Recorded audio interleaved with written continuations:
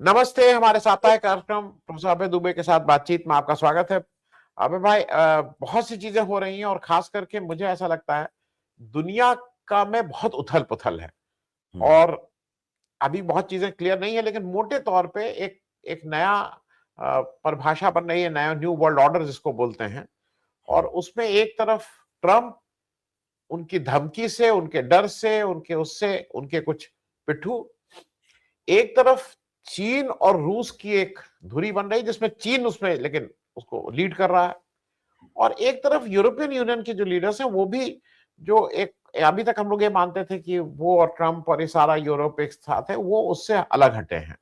और उन्होंने जिस तरह से ट्रम्प के सामने पहले पहले तो ट्रम्प उनको बिठा के सामने जैसे बच्चों को बिठाया है उस तरह की बात करते थे, लेकिन इस बार ट्रम्प ने के सामने उनके मुंह पे भी काफी कुछ बड़ा भला भरा भला कहा गया है। मैं ये बात इसलिए कह रहा हूं कि हम लोग अपनी स्थिति अभी भी स्पष्ट नहीं कर पा रहे हैं। मोदी, मुझे ऐसा लगता है कि आप जब अनिर्णय की स्थिति में हो वो ज्यादा हानिकारक है।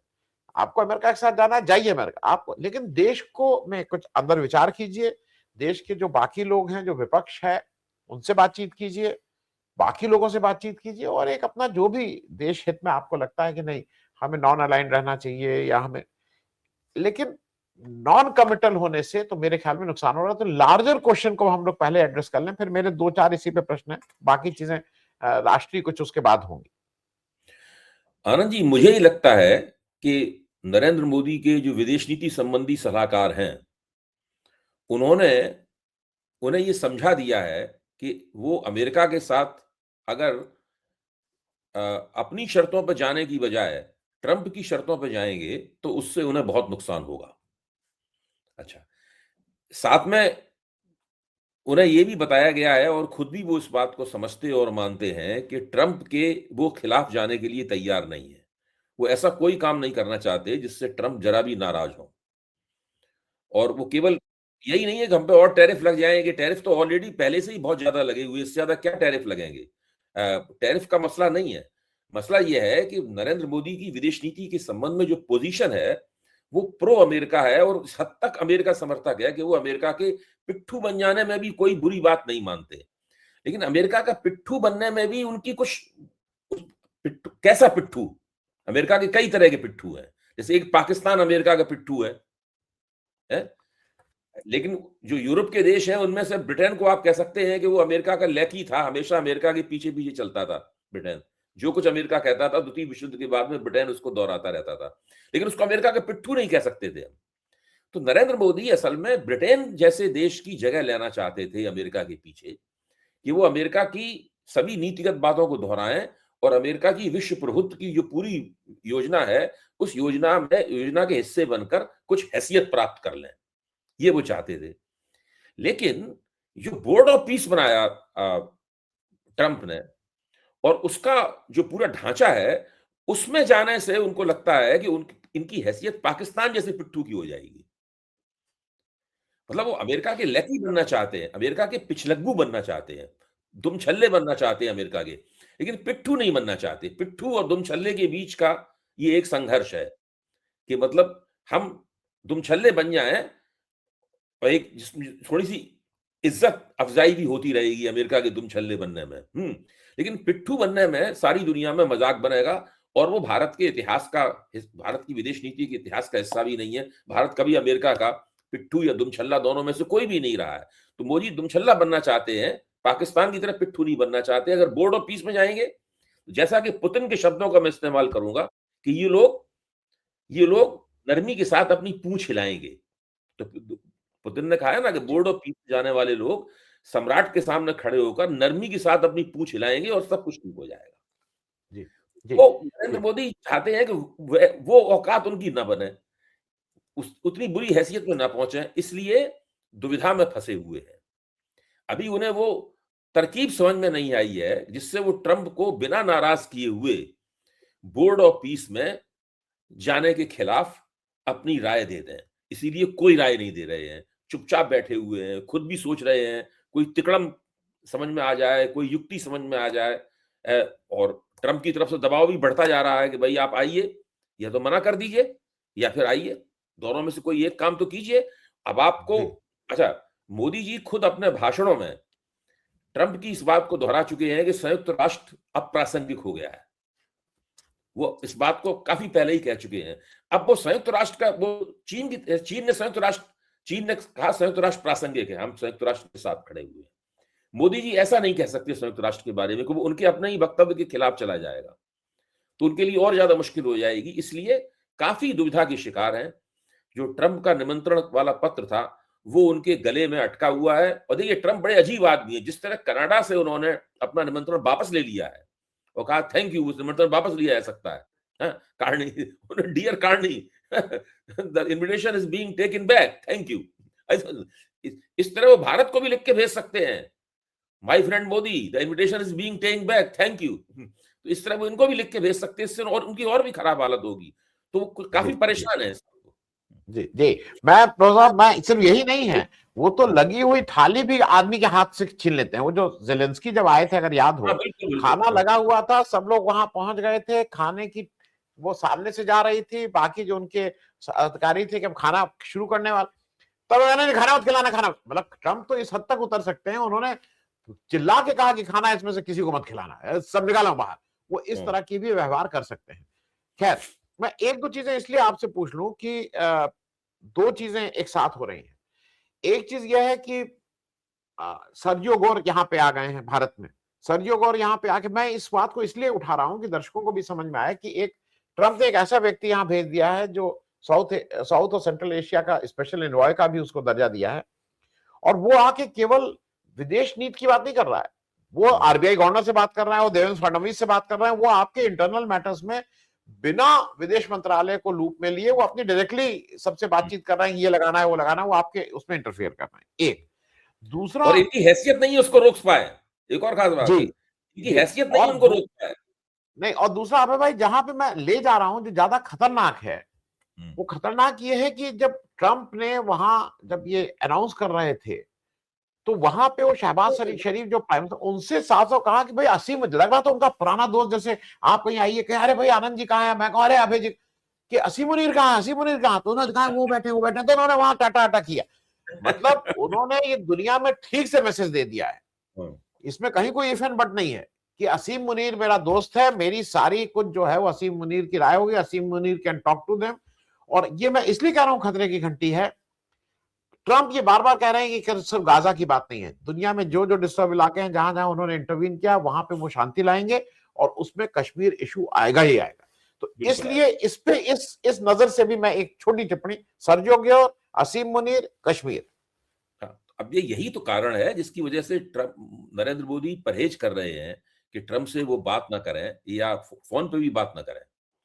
क्योंकि आप देखिए कि अगर ट्रंप से कहीं मिलने जाएंगे, कोई कार्यक्रम हुआ उसमें मिलने गए और ट्रंप ने मान लीजिए इनके मुंह पे ही ये सब बातें कहनी शुरू कर दी, क्योंकि वो तो पहला मौका चाहते हैं, पहले ही मौके पे कहते हैं कि हमने युद्ध विराम कराया था, ऑपरेशन सिंदूर का हमने युद्ध विराम कराया था।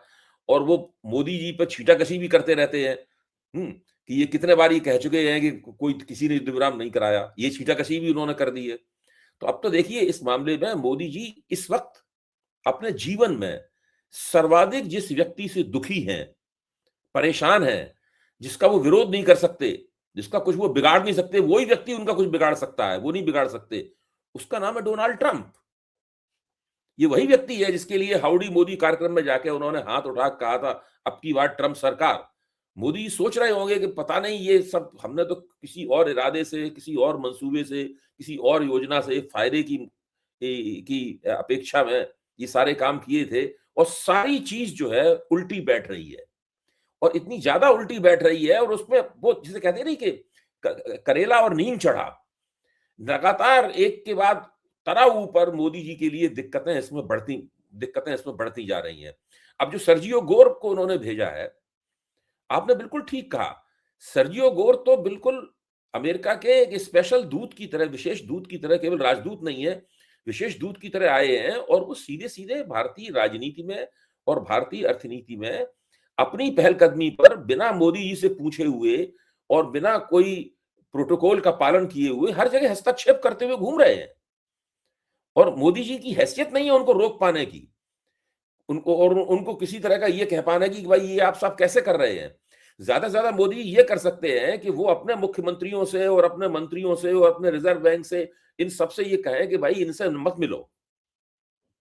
जी इस तरफ से जी कह सकते हैं इनसे मत मिलो, उनसे नहीं कह सकते कि तुम इनसे मिलने के लिए मत आओ। जी जी। मैं एक चीज और जरा इसमें, क्योंकि ये हम लोग पहले हम मतलब मैंने कई जगह ये मजाक में ये बात होती थी, हंसी मजाक में हल्की बात उसमें पलों में बात करते थे, लेकिन अभी क्या हुआ है कि अमेरिका ने जिस तरह से वेनेजुएला से के में उनके प्रेसिडेंट को, उनकी पत्नी को रात में उठा ही लिया, मतलब अगवा कर लिया भाई। हम्म। अब एक डर ये लग रहा है जो, और उसकी वजह से भी शायद अमेरिका समझता है कि जो अडानी के पीछे उसने अब शुरू किया है कि 14 महीने से इन्होंने समन ही नहीं सर्व हो पाया है, वो समन भारत के रॉ मिनिस्टर के पास आया, उन्होंने गुजरात भेज दिया, गुजरात में अहमदाबाद वो सब घूम रहा, थाने थाने थाने। तो ये जो समन समन खेल रहे थे अडानी जी भारत की सरकार के साथ, वहां पे मुझे लगता है कि अब ये डर इन लोगों को, और ये सीरियस डर है, कुछ लोग कह रहे हैं कि अब डर ये हो गया है कि किसी तरह अडानी जी को ना उठा लें। और अडानी जी को उठा लेना मतलब, अब अगर वेनेजुएला के प्रेसिडेंट को उठा सकता है तो कोई ये कहे कि नहीं नहीं उनको नहीं उठाएंगे, क्यों नहीं उठा सकते अगर वहां का अडानी वो की तो हैसियत बहुत कम है वेनेजुएला के प्रेसिडेंट के मुकाबले।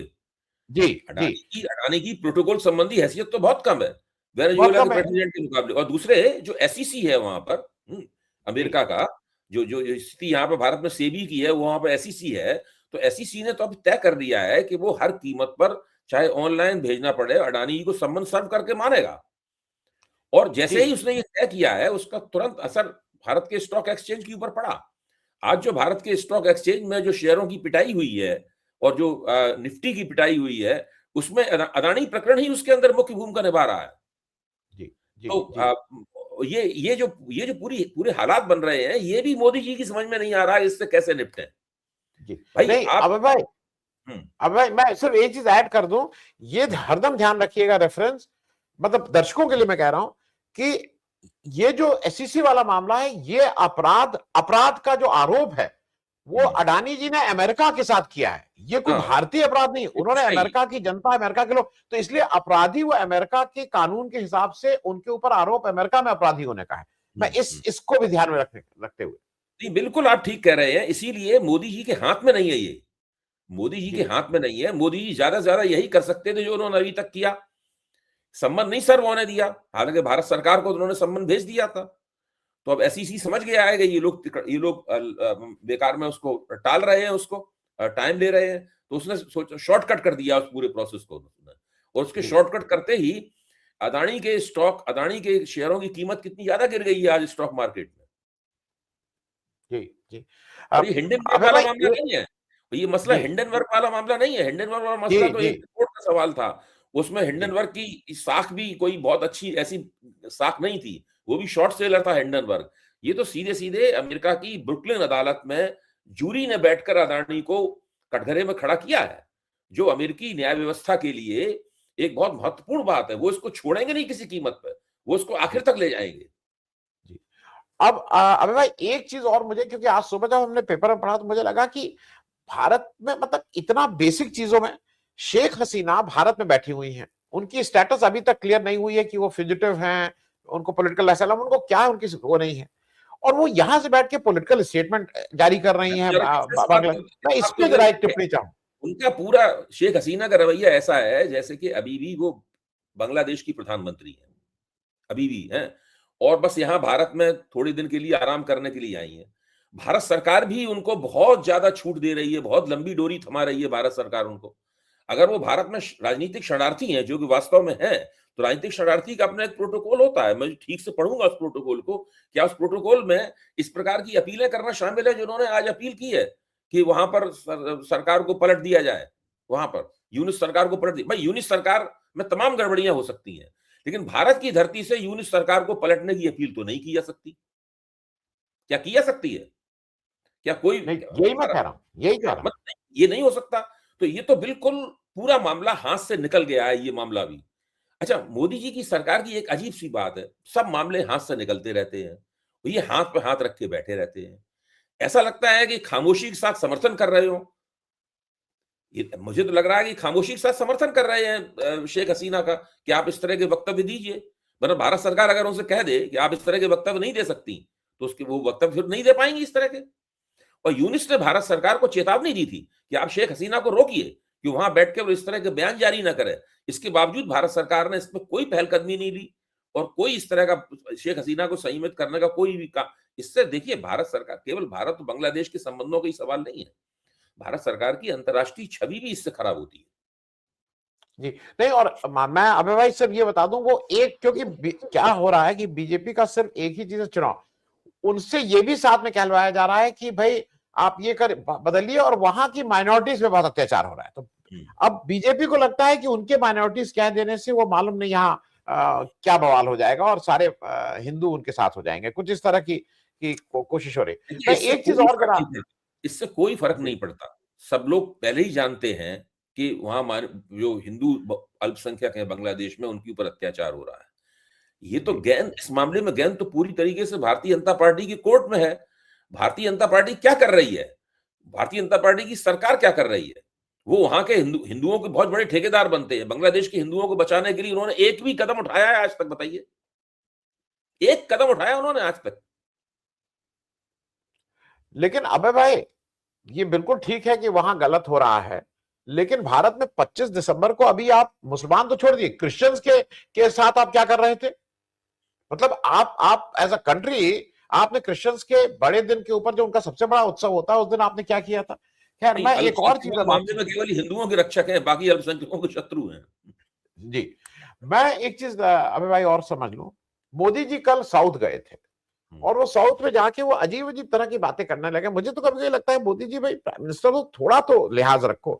वो वहां पे जाके उन्होंने फिर वही गाली देनी शुरू की, वो जिस तरह की गाली, वो मंगलसूत्र और भैंस खोले जाएंगे। उन्होंने बताया कि जो माओवादी है उनसे ज्यादा बड़े कम्युनिस्ट कांग्रेस है, और जो मुस्लिम लीग है उससे ज्यादा बड़े सांप्रदायिक कांग्रेस पार्टी है। एक तो ये उन्होंने कहा। फिर उन्होंने कहा कि जब तक डबल इंजन की सरकार बनाइए और तमिलनाडु का विकास देखिए।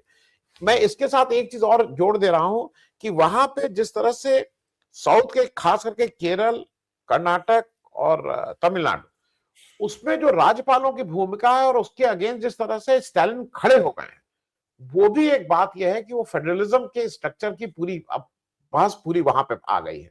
मैं इस लार्जर एक इशू को आपसे जरा समझने की दृष्टि से, देखिए, दक्षिण भारत कर्नाटक के अपवाद को छोड़कर दक्षिण, और देखिए कर्नाटक में भाजपा एकाधिक बार सरकार बना चुकी है और लिंगायत समुदाय के ऊपर उसका प्रभाव भी है, हम सब लोग इस बात को जानते हैं। लेकिन इसके बावजूद भी आज भी कर्नाटक की नंबर 1 की ताकत भाजपा नहीं है, नंबर 1 की ताकत कांग्रेस ही है। कर्नाटक के कोने कोने में कांग्रेस का संगठन है, संगठन भी कांग्रेस का बड़ा है, कांग्रेस के पास अच्छे नेता भी हैं। कर्नाटक में येदियुरप्पा के बाद में अब भारतीय जनता पार्टी के पास कोई अच्छा नेता भी नहीं है। येदियुरप्पा को हटाने के बाद उन्होंने जिस व्यक्ति को अपनी सरकार का मुख्यमंत्री बनाया था, उसने ऐसी बुरी सरकार चलाई कि भ्रष्टाचार के आरोप लगे और सब बुरी तरह हारे ये चुनाव में। इनके पास कोई है नहीं, मुंबई के उसको बनाया था उन्होंने। तो मैं ये दक्षिण भारत भारतीय जनता पार्टी के हलक में अटका हुआ है। तमिलनाडु में इनकी हैसियत एक निर्वाचन क्षेत्र से ज्यादा की नहीं है, केरल में भी इनकी हैसियत एक निर्वाचन क्षेत्र से अधिक की नहीं है, और जो भी बातें करते रहे ये, इनका कुछ दोनों में कोई नहीं है। मोदी जी केवल गोदी मीडिया चूंकि इनके हाथ से खाना खाता है, इसलिए इन्होंने जो वहां पर रोड शो किया और जो भाषण वगैरह दिए, उसको इतनी ज्यादा उससे दिखाया भी गया, वरना दरअसल अखबारों में सिंगल कॉलम खबर बनने काबिल भी नहीं था उनका रोड शो और उनकी कही हुई बातें।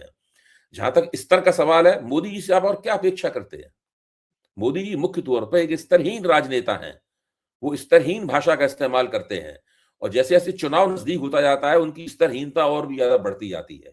जब चुनाव दूर होता है तो थोड़ा शायद संयम बरतते हैं, तब इतनी स्तरहीन बातें नहीं करते। जैसे चुनाव नजदीक आता है, उनका जो असली चेहरा है, उनकी जो एक स्वाभाविक अशिष्टता है, वो सब निकल कर सामने आ जाती है, और वो बुरी से बुरी चुनावी मुहिम चलाने में माहिर है, और उसमें उन्हें कोई परवाह नहीं है कि उनके बारे में क्या कहा जाएगा, क्या नहीं कहा जाएगा।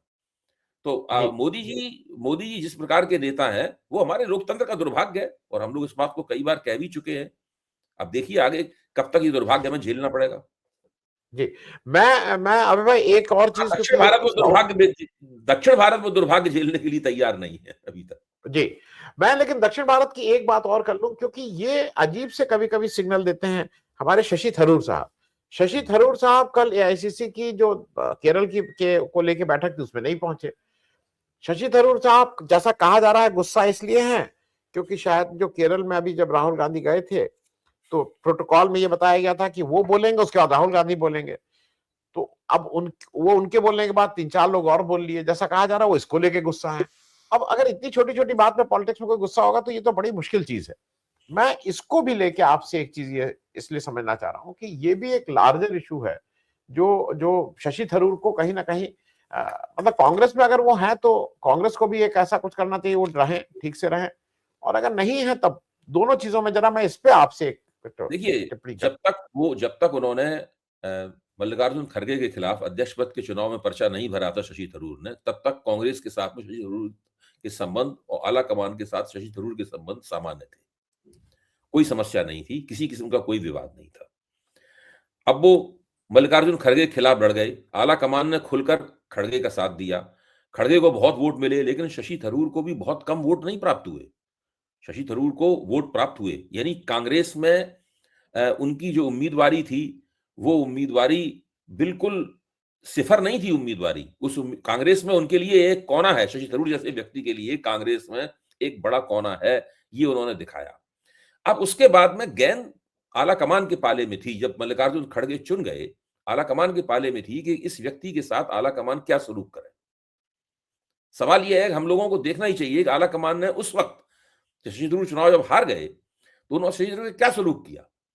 मेरा मानना है कि ऐसा व्यक्ति जिसने चुनाव लड़ा, आला कमान के समर्थन के बावजूद, विरोध के बावजूद उसने कांग्रेस के अंदर अपने लिए एक कोना दिखाया कि हमारे लिए एक कोना है कांग्रेस में।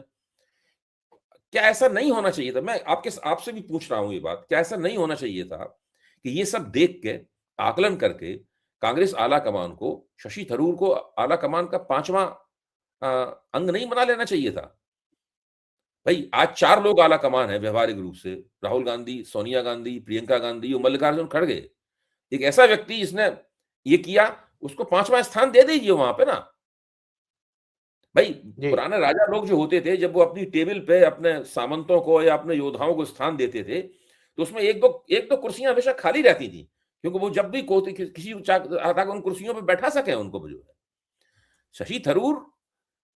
देखिए, शशि थरूर के साथ मैंने कई कार्यक्रमों में शिरकत की है। वो सांप्रदायिक व्यक्ति नहीं है, और उन्होंने जिस तरह किताबें लिखी हैं, जो उनका रवैया रहा है, उसमें कभी मुझे हिंदू सांप्रदायिक नहीं लगे। उससे काफी दूर इस मामले में वो काफी कट्टर किस्म के सेकुलरिज्म के सपोर्टर रहे हैं शशि थरूर, और वो भारतीय जनता पार्टी वगैरह की बहुत कड़ी आलोचना भी करते रहे हैं। अब उसके बाद शशि थरूर भी दुविधा के शिकार हो गए, कभी मोदी जी की तारीफ करते हैं, कभी कुछ होता है, कभी ये सरकार भी उनका इस्तेमाल करती है, जो सर्वदलीय प्रतिनिधिमंडलों में सरकार ने किया, वो तो फिर वो कहीं भाजपा के मोहरे लगते दिख रहे हैं, फिर उससे निकलते हैं, फिर राहुल जी की तारीफ कर देते हैं, तो वो भी दुविधा में फंस गए। एक तरह शशि थरूर की ये जो त्रिशंकु जैसी स्थिति है, इसको बनाए रखने में भी कांग्रेस आला कमान के रवैये का हाथ है। कांग्रेस आला जी कमान को चाहिए था कि इसको अपनी पार्टी की एक महत्वपूर्ण उपलब्धि के तौर पर देखते हैं कि एक व्यक्ति हमारे खिलाफ, हमारे राय के खिलाफ चुनाव लड़ा, और तो उससे क्या होता कि शशि थरूर भी अगर आला कमान के सदस्य बन जाते तो उससे कांग्रेस बड़े पैमाने पर मजबूत होती, और उसको भविष्य का एक नेता भी मिलता। पता नहीं इन लोगों ने क्यों नहीं किया ये। जी मैं अभी भाई बस एक अंतिम प्रश्न करके खत्म करेंगे। हम्म, 5 चुनाव बिल्कुल अब सामने हैं, मतलब हम्म, अगले शायद एक महीने के अंदर 24 से 26 फरवरी के करीब अनाउंस हो जाएगा, एक महीने का समय बचा है। जी जी और उसमें असम में ही बीजेपी की सरकार है, बाकी जो पुडुचेरी में एक छोटी सरकार है, बीजेपी की सहयोगी पार्टी है, वो चीफ मिनिस्टर है। बाकी केरल, तमिलनाडु, वेस्ट बंगाल में आज की तारीख में जैसा है स्थिति, मुझे नहीं कुछ बहुत दिख रहा है कि वहां कोई बीजेपी का कोई बहुत बड़ा रिटर्न होने की संभावना मुझे नहीं दिख रही। हम्म, असम के बारे में एक छोटी सी आपकी राय ले लें। असम में दो चीजें हो गई हैं जो मेरे हिसाब से, एक तो हिमंता बिस्व शर्मा का बहुत ही इलविल थोड़ी जनरेट हो गई है, और वो इलविल केवल असम में नहीं है, वो इलविल पूरे नॉर्थ ईस्ट में, हिमंता बिस्व शर्मा जिस तरह से उनको सौंपा गया था नॉर्थ ईस्ट, उसकी भी इलविल है, क्योंकि मणिपुर का बात कर लीजिए, सबकी इलविल है वहां पे। और दूसरा, गौरव गोगोई ने इधर बहुत गेन किया है पिछले 2-3 वर्षों में। मतलब वो एक असम के ठीक से लीडर के रूप में एस्टैब्लिश हुए हैं, राष्ट्रीय उस पर ठीक से अच्छा बोल रहे हैं। मैं जरा असम के बारे में एक आपकी छोटी टिप्पणी चाहता हूँ। देखिए, असम में कांग्रेस की चुनाव लड़ने की टैक्टिक्स और स्ट्रेटजी क्या है, इस पे हमें गौर करना होगा। असम में गौरव गोगोई ने अभी पिछले दिनों एक घोषणा की थी। वो घोषणा ये थी कि हम जो बदरुद्दीन अजमल की पार्टी है एआईयूडीएफ, हम उसके साथ कोई गठजोड़ नहीं करेंगे। हालांकि बदरुद्दीन अजमल की पार्टी कांग्रेस के साथ गठजोड़ करना चाहती है, लेकिन कांग्रेस की और गौरव गोगोई की राय यह है कि इस पार्टी का अपने जिन मतदाताओं में पहले प्रभाव था, अब उतना प्रभाव नहीं रहा। और बदरुद्दीन अजमल भी अपना घटते हुए प्रभाव को लेकर परेशान है, शायद इसीलिए कांग्रेस के साथ वो गठजोड़ भी करना चाहते हैं, और कांग्रेस उन्हें इस प्रकार की कोई एल्बो रूम देने के लिए तैयार नहीं है। गौरव गोगोई ने ऐलान ये किया था कि वो 7 पार्टियों के साथ मिलकर चुनाव लड़ेंगे वहां, और वो 7 पार्टियां कौन सी हैं वो मैंने कागज पर लिख भी रखा था। वो बिल्कुल नए किस्म के नाम है, हम लोग उनसे वाकिफ नहीं है। जो वहां की स्थानीय स्तर पर 7 पार्टियां हैं, उनके साथ मिलकर कांग्रेस चुनाव लड़ना चाहती है। और वो ये भी जानती है कांग्रेस कि हेमंत विश्व शर्मा के प्रति जो थोड़ा बहुत आकर्षण था, एक नए तत्व के रूप में उभरे थे जब वो आकर्षण अब असम में समाप्त हो गया है, और कांग्रेस के पास मौका है वापसी करने का। वो वापसी कर सकती है कांग्रेस, बशर्ते वो अपने पत्ते ठीक से खेले, और ये भी देखे कि अगर बदरुद्दीन अजमल के साथ वो चुनाव नहीं लड़ती है तो बदरुद्दीन अजमल कितना नुकसान कर सकते हैं कांग्रेस का। निश्चित रूप से बदरुद्दीन अजमल अलग से लड़ेंगे तो कुछ ना कुछ उसमें नुकसान भाजपा को तो होगा नहीं, जो नुकसान होगा वो कांग्रेस का ही होगा। तो ये भी उन्हें कांग्रेस को अभी आकलन करना बाकी है, वरना जी, असम में जी। कांग्रेस की संभावनाएं उज्जवल हैं। हाँ, वही मुझे भी लगा, क्योंकि अगर एक जगह कांग्रेस मेरे ख्याल में असम में है, और जैसा लोग कह रहे हैं कि केरल में भी इस बार कांग्रेस की संभावनाएं बहुत अच्छी हैं, केरल में क्योंकि तो कांग्रेस सत्ता में आ रही है, उसमें संभावनाओं का कोई खेल नहीं है वहां पे। हाँ, जी, मतलब मैं जी, अभी जी, अभी से कह सकता हूं कि कांग्रेस सत्ता में केरल में आ रही है। जी। 100% कांग्रेस सत्ता में आ रही है केरल में। और जी। और मुझे तमिलनाडु में कांग्रेस ने तय कर दिया है कि वो सारी बातें जो हो रही थी कि वो डीएमके के साथ नहीं देगी और इधर उधर दूसरा पार्टनर ढूंढेगी, उसको भी खरगे और राहुल गांधी ने स्वयं तमिलनाडु जाकर चेन्नई में 42 लोगों की मीटिंग बुलाकर ये बिल्कुल तय कर दिया कि इस तरह की तमाम बातें बंद की जाएं, है, और डीएमके के साथ हम अपना अपना गठजोड़ जारी रखेंगे। जी, मुझे मुझे मैं मतलब मुझे एक थोड़ा पॉलिटिकल पार्टी का कुछ साल का अनुभव भी रहा है। मुझे लगता है काडर को भी आपको थोड़ा खून गर्म रखने के लिए कहते रहना पड़ता है, सब जगह लड़ेंगे, सब जगह, क्योंकि अगर आप पहले से ही कह दीजिए हम नहीं लड़ेंगे यहाँ, तो फिर तो जो आपका वो है वो बैठ जाएगा। तो मुझे लगता है कि अंततोगत्वा बहुत सी जगहों पे बहुत चेंज नहीं होगा, लेकिन जैसे यूपी में भी कहा जा रहा है कि कांग्रेस सब लड़ेगी, अकेले लड़ेगी, लेकिन नहीं, कांग्रेस, ये आज की तारीख में मैं लिख के दे सकता हूं कि कांग्रेस हर जगह लड़ेगी। अरे सपा के साथ लड़ेगी, और इसके बिल्कुल सिवा कोई लड़ेगी। चारा ये सपा के इसमें साथ ही है नहीं। रहेगी, सपा जी, के साथ ही जी, रहेगी। जी, जी, जी। बहुत बहुत शुक्रिया, थैंक यू सो मच अभय भाई, बातचीत करने के लिए, थैंक यू।